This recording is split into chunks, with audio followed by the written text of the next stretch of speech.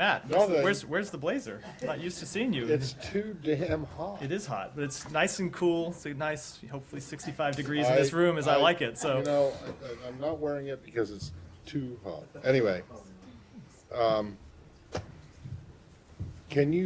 there seems to be a lot of concern that the UN is going to pull out of Gaza and not, halt its relief assistance operations there.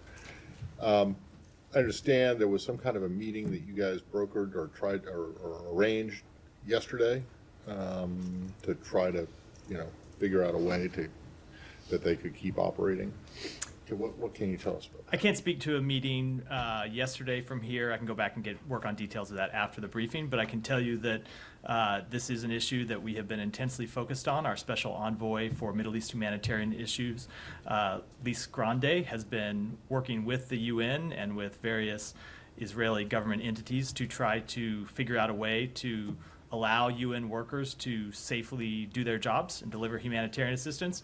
We have seen over the past few weeks a big backlog of humanitarian assistance at Kerem Shalom. So a lot of trucks that have made it to Kerem Shalom, but then have not made it out of Kerem Shalom into the Gaza Strip where they can deliver goods, and they largely haven't been able to move because of a breakdown in security on the ground.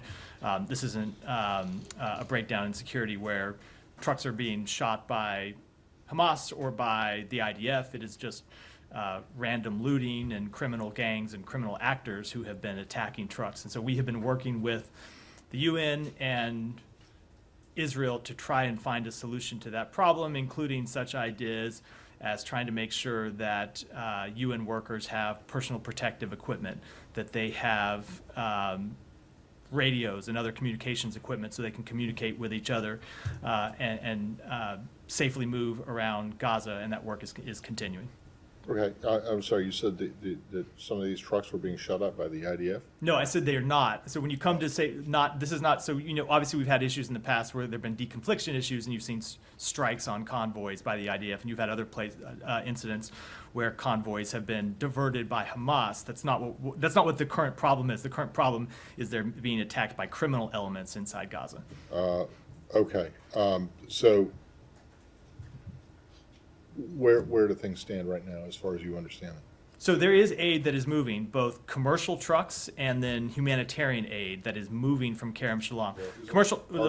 Is humanitarian aid on the commercial truck? There's commercial trucks that include food and other humanitarian goods, but they're sold on the market, in the free market inside Gaza, and those have been moving. The free market?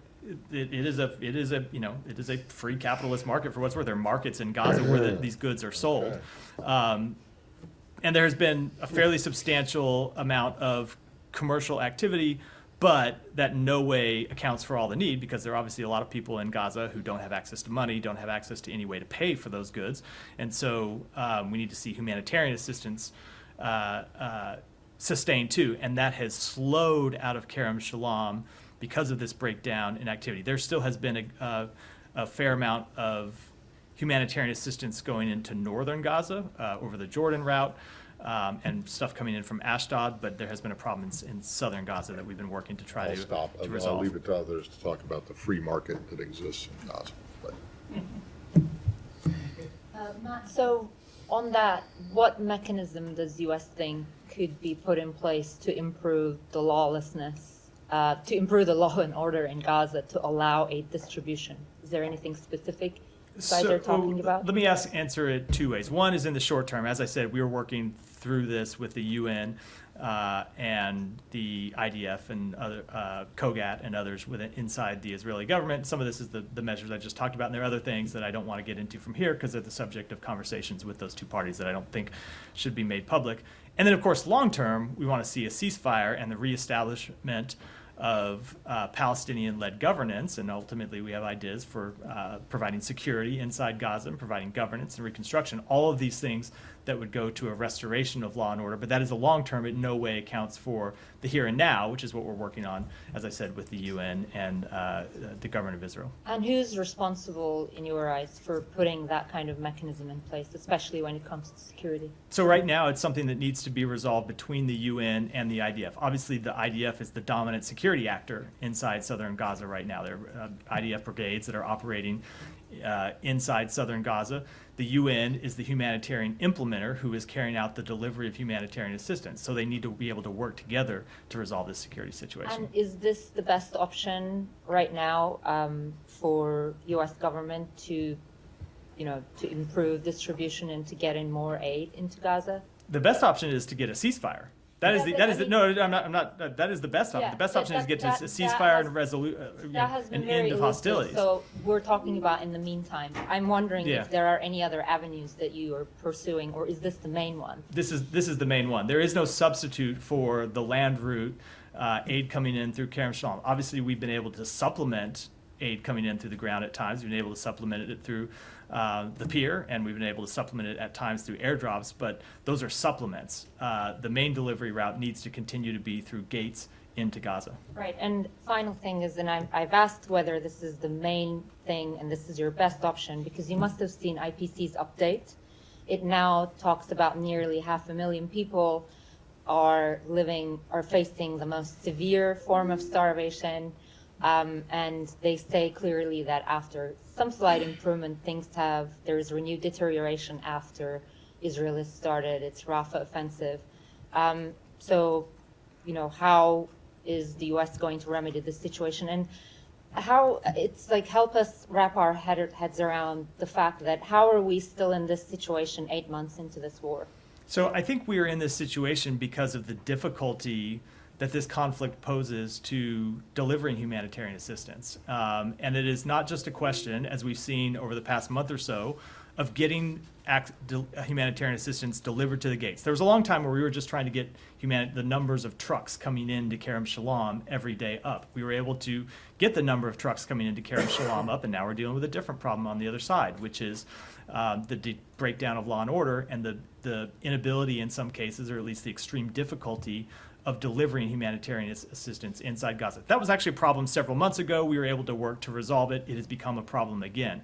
So these are always problems that pop up that we are trying to resolve, which is why I say, and this is something the IPC said in their report today, which is the only real way to fully resolve these challenges is to get a ceasefire. You can work to deal with problems as they pop up, but I think our experience shows us over the past 8 months that to fully get the amount of humanitarian assistance into Gaza and then delivered to the people in Gaza who need it, we need to see a ceasefire. Another thing I want to say about the IPC report, though, obviously it confirmed what we all know and what we've been dealing with for some time, is that the humanitarian situation on the ground is extremely dire. That's why we have been so incredibly focused on alleviating that situation.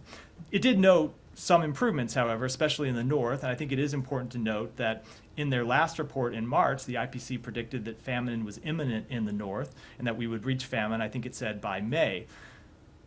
The United States government intervened and did a lot of work to get Erez Gate open, Zikim open, to get Ashdod Port open, to get humanitarian assistance delivered into the north, and that has happened. Now, the IPC assessed today that that prediction ultimately did not bear true, and I think you have to assess it's because of those efforts to get humanitarian assistance, which is in no way to declare that the job is finished. Of course, the work remains ongoing. The situation is still incredibly dire.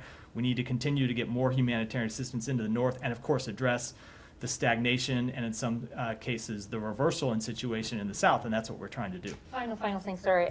Did you get any specific assurance from Israeli Defense Minister Yoav Gallant towards this end yesterday? So I don't want to speak to the specifics of it, but I can tell you that we went through a number of specific things that we want to see resolved when it comes to the humanitarian situation, and got assurance to continue to work on those, and we'll follow through with the government of Israel in the coming days. Can I follow up on that, Matt? Yeah. The IPC said that it's such a precarious situation that it could backslide into famine at any point. What is your comment on that? I mean, like, they are acknowledging that there's been improvements in the north, but at the same time, it's such a precarious situation. I think it confirms two things. Number one, As the IPC itself said, we need to get a ceasefire. And that is the best way, bar none, to alleviate the humanitarian situation on the ground and alleviate the very real, very tragic of the situation of the Palestinian people. And that is why we are working every day to try to get a ceasefire. It's why we were so disappointed that Hamas rejected the ceasefire proposal that was on the table, that the United Nations Security Council and countries around the world endorsed. The second thing is that we can't wait for a ceasefire, obviously, even as we try to get one, and we need to do more to improve the humanitarian situation on the ground, and that's what we're trying to do, as I just mentioned, through working to resolve these issues between the government of Israel, the Israeli security forces, and the UN humanitarian agencies. And is there any engagement with these criminal elements that you keep referencing through mediators or anything? Like, how are you convinced that a ceasefire would convince these actors to not that the United States government is engaged in. I can't speak to other parties. But we do, we just assess that a ceasefire leads to a general calm in all areas that would allow us to get more humanitarian assistance safely, and it would allow people to operate more safely inside Gaza. And this may be a DoD question, but why does the U.S. continue to offload all of this aid from the pier when the UN is not operating to distribute this aid? I would defer to DoD on that, who's the operator there. Yeah, Sean. Can we go to Lebanon, the Lebanon part of the equation? Maybe just to begin with a couple of specific things. I know yesterday, in response to a question, I think for Michelle, you said that you can talk about the Daily Telegraph report, whether it's factual or whatever. Is there anything more you can say about that, whether there is a finding that Hezbollah is doing? No, I can't speak to it in detail, and that's a matter that we take extremely seriously. Is there still some process to look into? I don't have any kind of assessment to offer. That was a report that we read in the Telegraph, and something we take seriously, but I don't have an assessment about the underlying factual claims in that report. This is about the airport? Yeah. Hasn't it been known for decades that southern Beirut, including the airport, is run by Hezbollah? It's a different question than what was in the Telegraph report. If they're storing weapons. Yeah. One other thing specifically in Lebanon, the Canadians just issued a travel alert saying that get out while you can, basically. Is the travel advice still the same for Americans? It is still the same for Americans as it has been. Okay, no plans. I mean, obviously, It's something we always review and update based on matters on the ground, but it's something that hasn't changed. Sure. And a bit more broadly on Lebanon, both the Secretary yesterday and in your readout and Defense Secretary Austin today were talking about the importance of diplomacy in Lebanon, raising this with Defense Minister Gallant. What's your assessment on that right now? I mean, do you think that there's are we headed to a larger conflict in Lebanon? What are the chances right now of a diplomatic resolution? So I, as usual, would never want to assign a percentage chance to anything of this nature. I would say that we think a diplomatic resolution is possible. We think it is in the interest of all parties, and I will say that that Minister Gallant confirmed to the Secretary yesterday that is Israel's preferred outcome, that they would prefer a diplomatic resolution to the situation in the north of Israel across the border. And so we're going to continue to pursue that because it's in the interest of all the parties involved, and most importantly, in the interest of the tens of thousands of Israeli and Lebanese families who have been displaced from their homes and want to be able to return home. You said that Gallant indicated that they want a diplomatic resolution. Is that, do you think is that shared across the Israeli government? Some of the actions, for example, the Prime Minister is saying moving troops to the north. I know he cast it as defensive, but is that consistent with seeking a diplomatic resolution? So there are a broad spectrum of actors inside the Israeli government, and I certainly wouldn't want to speak for all of them, but I can say in all of our meetings with senior government officials, including the Prime Minister, they have time and time again expressed to us that their preferred resolution is a diplomatic one. Sure. There are a few non-Middle East things, but I imagine some people would keep that. I imagine so. If not, go ahead. First, I just want to start off, see if I could ask you for a reaction to Medicine Sans Frontiers saying that one of their colleagues, Fadi Al-Wadia, was killed in an attack this morning. The attack killed 5 other people, including 3 children. Do you have any comments on that? So obviously we mourn the loss of any civilian life. I don't have any particulars with regard to that specific attack, but obviously we don't want to see any civilians killed in this conflict, and that's one of the reasons why we continue to pursue a ceasefire. I want to take a step back for a second, if I could, and just go over, over the past 9 months, folks in this room have repeatedly raised potential war crimes and crimes against humanity committed by Israel in Gaza. That has included repeated mass casualty events that have resulted from strikes, sexual abuse in detention, allegations thereof, and as well as malicious destruction of civilian property. In many of these cases, you've called on Israel to investigate itself. Generally speaking, are you satisfied with how your ally has responded to these appeals? So I'm going to say that they have a number of open investigations into potential war crimes. I don't want to pass judgment on how those investigations have been conducted until they have concluded, and there are a number of them that are ongoing. I will say, though, separate and apart from what Israel is doing, the United States is undertaking its own reviews of potential war crimes in this conflict, and those reviews are ongoing, and that's separate from anything that Israel is doing. Yeah. Thank you, Matt. There are some reports speaking about that Hamas is thinking to move from Qatar to Iraq, and the Iraqi government approved it to host the Hamas leaders last month. Do you have any comments, and have you seen these reports? So I've seen the report. I addressed this at the briefing yesterday. We've made clear that no country should carry out business as usual with Hamas since the horrific actions of October 7th, and we would hope no country would provide a safe haven for Hamas.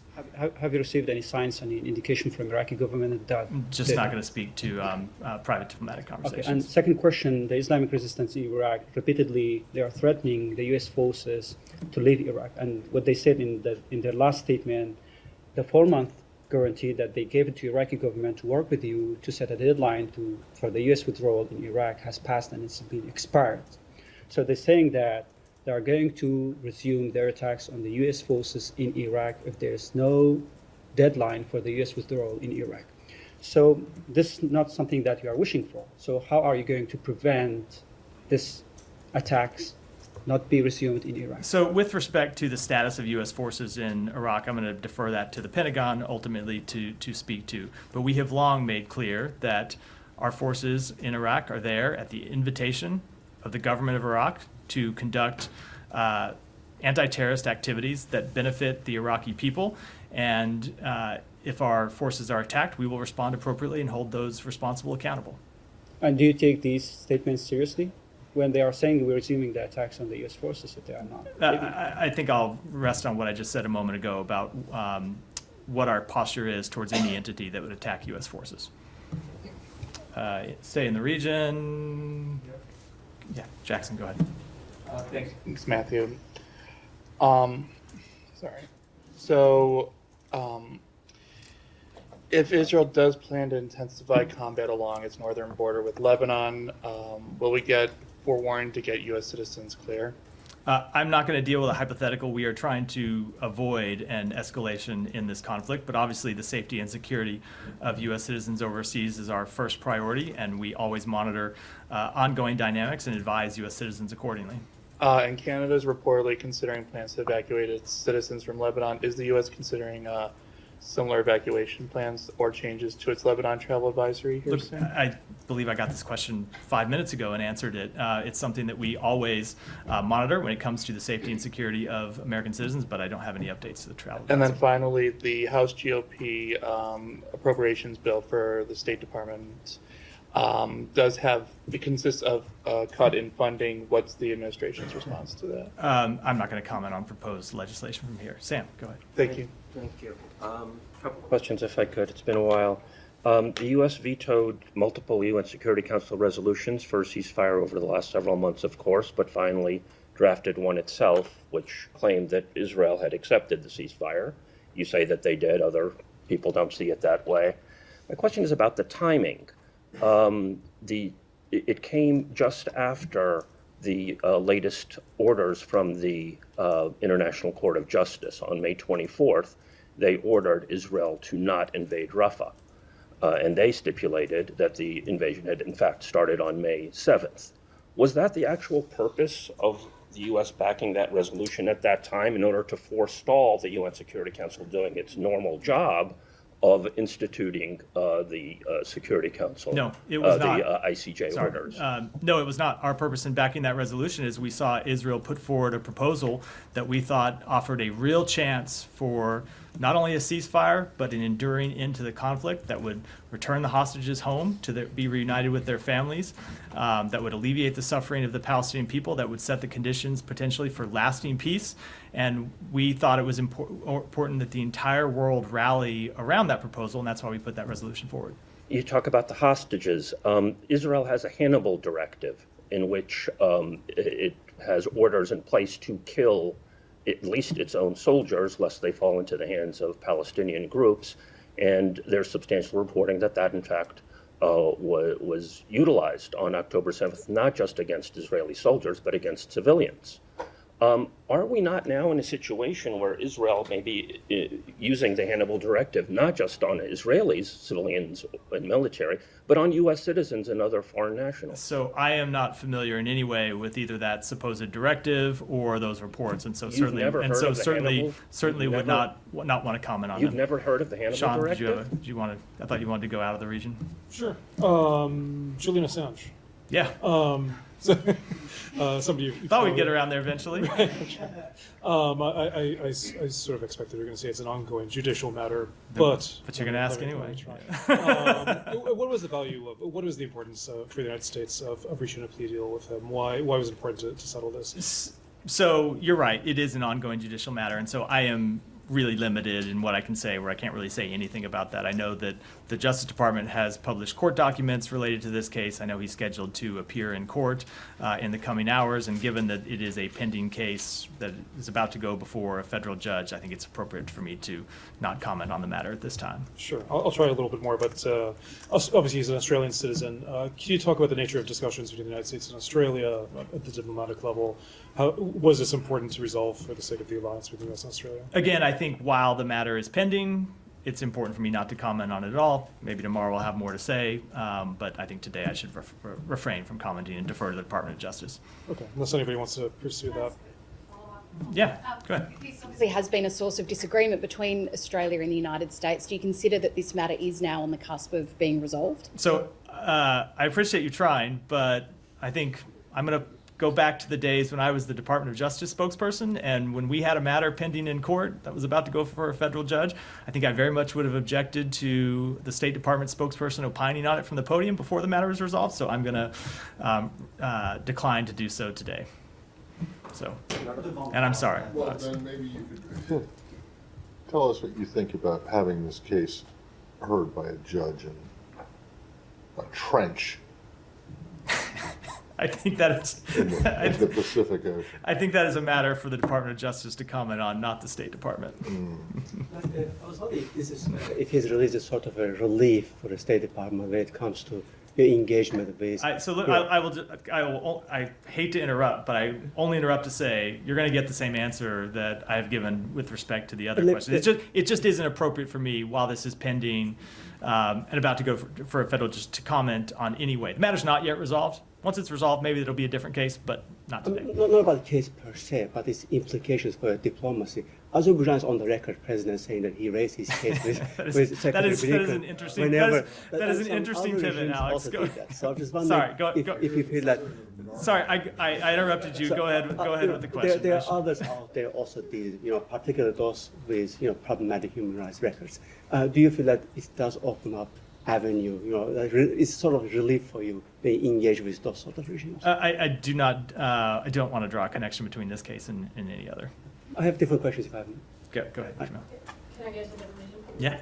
So Kenya, can you comment on the violent protests that have been happening outside the parliament after a bill was passed to raise taxes? Yes. So we condemn the violence reported during protests in Nairobi and around Kenya. We mourn the loss of life and injuries sustained and offer our condolences to the families who lost loved ones.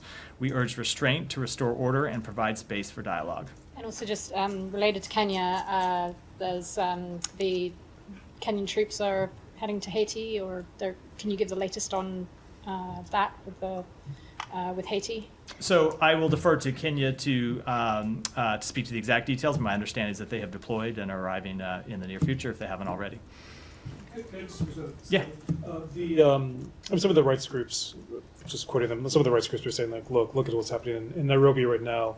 The use of live rounds, could this bode ill for Haiti and for the security? What's the level of concern with how Kenyan forces are handling the protests? So as I said, when it comes to the violence in Kenya, we urge the government to exercise restraint. When it comes to the MSS, so in conjunction with the government of Kenya, the United States has vetted the Kenyan personnel for the MSS mission. We have also worked with other governments to vet their personnel for the mission, and we will continue to engage and vet personnel that are going to participate in the mission, because obviously it is important that the human rights of the Haitian people be respected as this mission to restore law and order is carried out. Can I switch regions again? Yeah. Evan Gershkovich goes to trial tomorrow. What is your expectation? So I certainly don't expect a free and fair trial, given that these are charges that never should have been brought in the first place. What I can say with respect to the case is that personnel from the embassy are traveling to be on hand for the trial. It's unclear whether they will actually be able to attend or not, or whether they'll be able to attend portions of it, if there are portions of it are open and other portions that are closed, but we intend to be there to the extent we can, given travel restrictions by the government of Russia, and we tend to be in the courtroom whenever we can. And that's not the ambassador, those are... I'll let the embassy speak to who it is that's actually... And do you have any sense of how long this could try out? I don't. We honestly just don't know. Let's follow up on that. Yeah. So the embassy staffers were allowed to travel to Equatorial. To travel, which is not the same as being able to attend the proceeding itself. I don't believe we'll know that until tomorrow, and then after the proceedings, we will have a statement where we make clear what it is we were actually able to do in terms of observing. Is it your impression Russia's main motive in this case, in terms of trying him, is to, let's say, to trigger prison swap? So I'm not going to speak to their motivations in apprehending him in the first place, but it's clear that it's an attack on journalism. They have made false claims about his behavior, about his actions, about associations with the United States government that simply aren't true. So all I can say is that we are going to continue to try to secure the release of Evan Gershkovich as well as Paul Whelan, do everything we can to try to bring them home. You may also get your reaction to today's ICC arrest warrant for Russian Defense Minister and Chief of Staff. How significant is this? So we have made clear that there have been atrocities committed by Russian forces in their illegal invasion of Ukraine, and that there ought to be accountability for those atrocities. We support a range of international investigations into Russia's atrocities in Ukraine, including the one conducted by the ICC.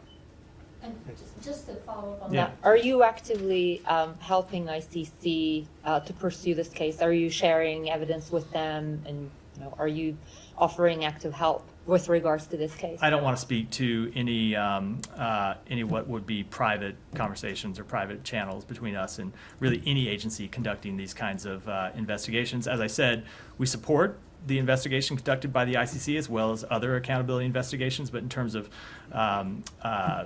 private exchanges, I think I'll keep those private.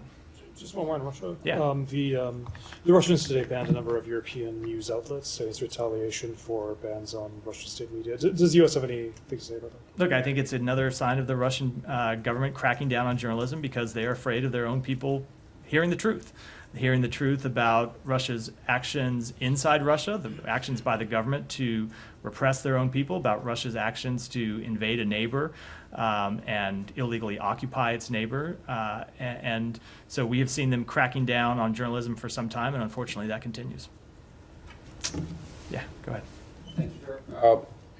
So religion-fueled violence in Pakistan is not stopping for some reason. Just a couple of days ago, a man was dragged out from a police station by a mob on blasphemy allegations and burned to death. We have seen some horrible images. How concerned you are when you see such kind of incidents? So we are extremely concerned by those reports. We share our condolences to the family of the victim, and we wish a speedy recovery to those who were injured in the mob violence. As we have previously stated, we are always concerned by incidents of religiously motivated violence. Violence or the threat of violence against another person is never an acceptable form of expression, and we oppose blasphemy laws everywhere in the world, including in Pakistan, because they jeopardize the exercise of human rights and fundamental freedoms, including the freedom of religion or belief. So in another incident, the police force in Punjab province destroyed the 17 graves of a minority community, and they did that on the pressure from the radical Islamic party TLP, Tehreek-e-Labbaik Pakistan.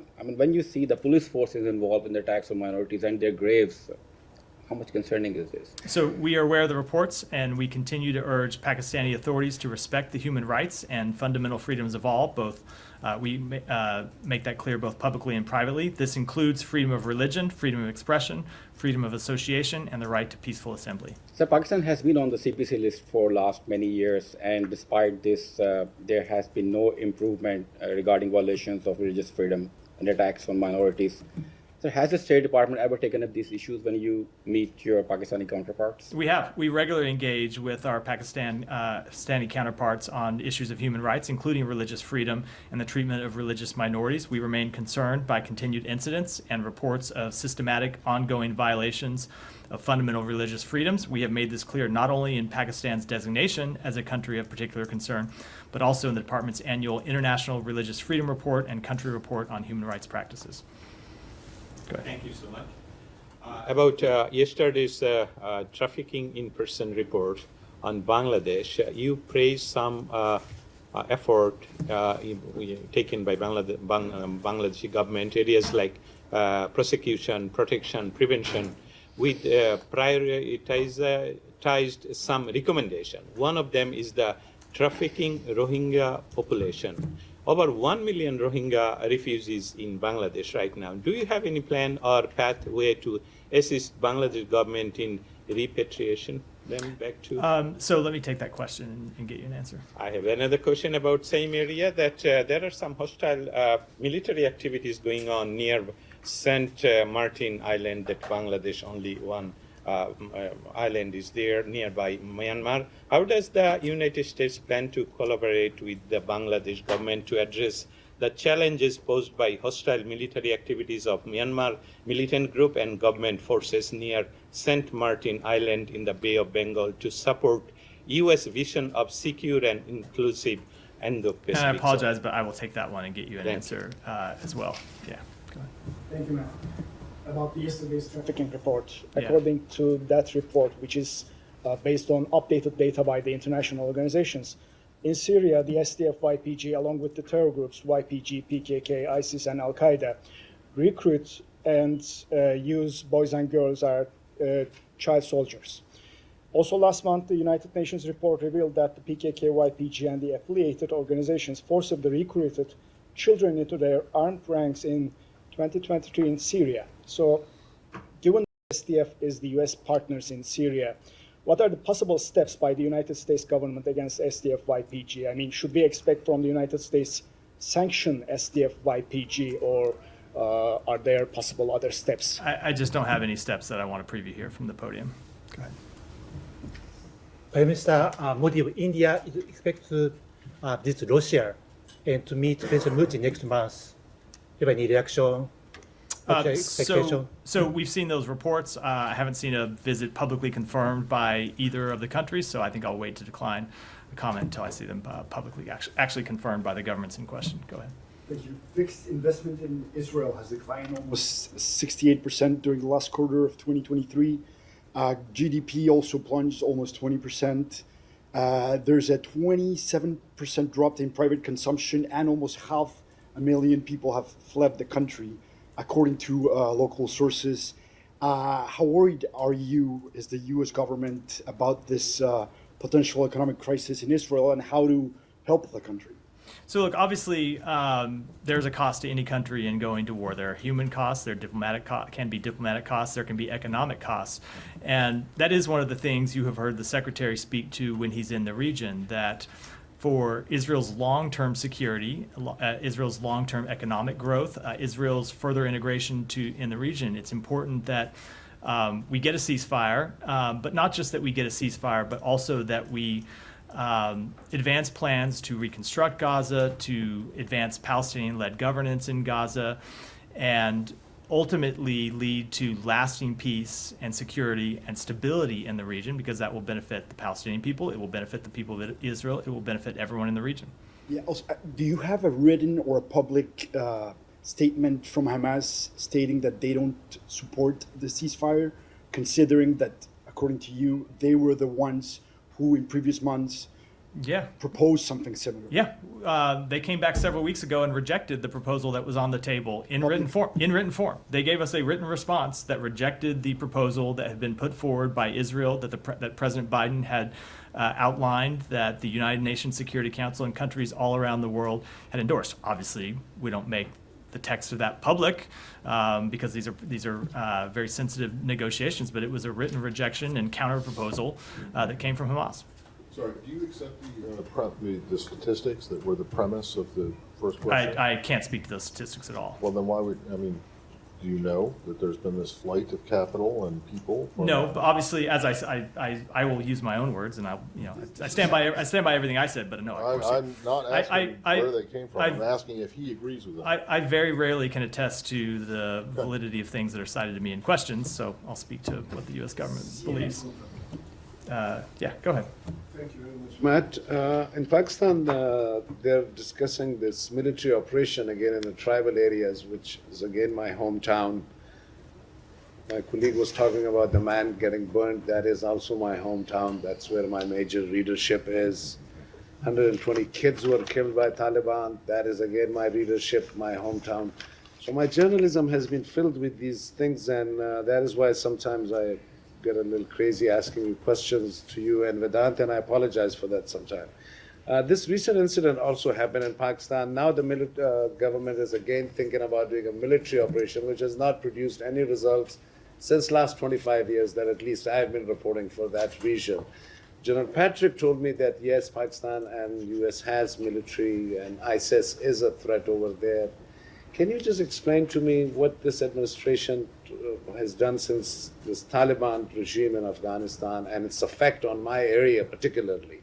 So, what have you done from the expansionism? Because I believe you guys have supported, this administration has helped the Taliban expand and the mentality and the whole thing. So, as you've heard me say before, the Pakistani people have suffered tremendously from terrorist attacks. No country should have interest in combating threats to regional security. We support Pakistan's efforts to combat terrorism and ensure the safety and security of its citizens in a manner that promotes the rule of law and protection of human rights. And our partnership with Pakistan on security issues includes our high-level counterterrorism dialogue, including funding robust counterterrorism capacity building programs and supporting a series of U.S.-Pakistan military-to-military engagements. Just one more, sir. A little bit lighter, but with a serious note. Cricket. I knew this was going to be about cricket again. Cricket, Pakistan lost pretty badly, right? But the cricket chairman is the guy who is in charge of this whole terrorism thing. He's the interior minister of the country. Now, my question is, the serious note is, while so many serious things are happening there, how can a guy be a cricket chairman or an interior minister? He's basically the interior minister is who takes care of the... He's interior minister, he's cricket chairman, he's a journalist, he owns a media house. Like, do you not tell the Pakistan, like, come on, get serious on this thing, whether it's going to get out of your hands? I don't, in any way, shape, or form, have an answer to that question. Thank you. Go you. ahead. Thank you so much. Pakistani Prime Minister concluded a visit to China in the first week of June, and during that visit, both Pakistan and China signed different agreements, and Chinese side did raise concerns on Chinese investment projects in Pakistan and the security threats for them. And now the operation that Pakistani government announced, it is believed that there is a clear Chinese intention in this operation. So we heard from U.S. House Foreign Affairs Committee hearings that Chinese investment projects in Pakistan is clear threat for U.S. interest in Pakistan. So how do you see this? Let me take that back and get you an second answer. one, when we say when you say freedom of information right to freedom of speech. So we have three examples. Pakistan is going to introduce firewall to control internet. Bangladesh already introduced Cybersecurity Act, and India is also considering some internet control thing to control the content creators, all those who are who are giving tough time for the regime. So when you say countries should treat its citizens with its own laws, then how we can justify this? So without speaking to those specific reports or specific pieces of proposed legislation, we have long made clear that we oppose any attempts to crack down on people's access to the internet, access information all around the world. Go ahead. The Wall Street Journal interviewed U.S. Ambassador to China, Nick Burns. In the interview, he blamed the Chinese government for being extremely hostile to the U.S. and making it difficult for people-to-people ties. So President Xi and President Biden agreed at their summit to increase people-to-people ties, like through student exchanges. So does the State Department agree with this characterization? So absolutely agree with everything the ambassador said. It has been a priority for this administration to increase people-to-people ties, and we have seen progress in that. We have seen progress in cultural exchanges. We have seen an increase in the number of flights, direct flights between our two countries, and work on that continues. But at the same time, as the ambassador said, the increased PRC interference in our cultural and educational programming in the PRC since November runs counter to the commitments made at the Woodside Summit and suggests that the PRC's version or vision of increased people-to-people connections is very different to ours. This is something the Secretary raised when we were on our last trip to Beijing, where he made clear to senior members of the Chinese government that as much as we want to see people-to-people ties enhanced and strengthened, it's very hard to do that when the Chinese government harasses either American citizens who are in China or harasses Chinese citizens who participate in American or attempt to participate in American programs. So we do think it's in the interest of both our countries to increase people-to-people ties, and that's what the ambassador was making clear in that interview. One more, yeah. If I could. So last week, Representative McCall led a congressional delegation to India to meet with the Dalai Lama, who's now visiting the United States for knee treatment. And they were expressing support for the Tibetan people. The Chinese Foreign Ministry reacted harshly to this. Do you have a comment on this? I don't. And with that, I think I'll wrap for the day. Thanks, everyone. Thank you. Thank you.